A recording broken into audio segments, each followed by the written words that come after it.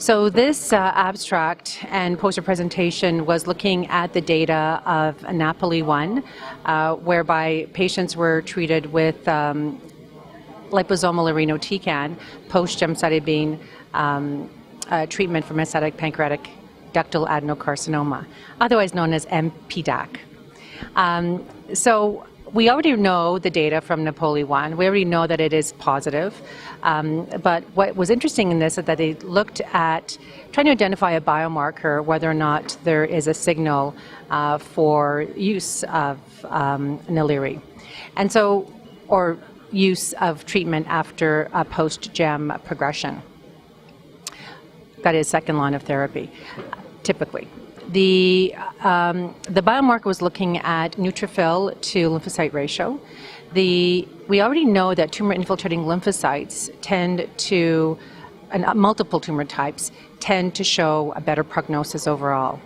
Not necessarily a response to therapy, but if there are lymphocytes involved, it's more of the immune system kind of hitting the tumors.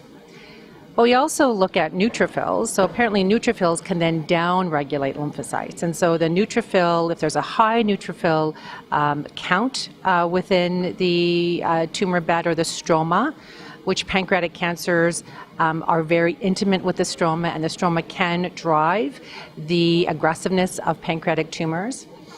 Because they become a little bit more chemo-resistant. So the stroma does play an integral part in metastatic pancreatic cancer.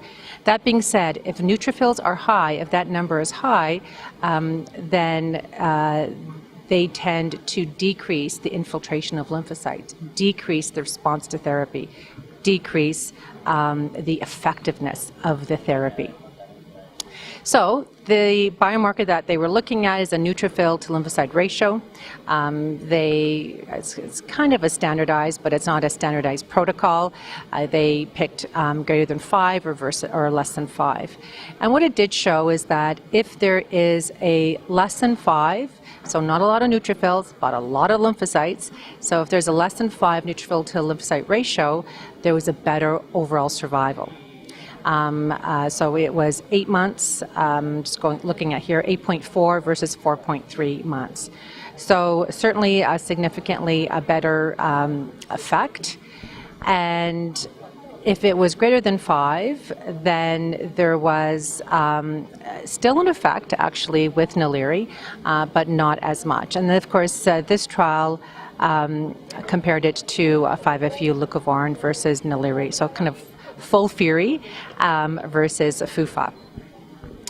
So that being said, it seemed to be a predictive biomarker for the effect of NLRs.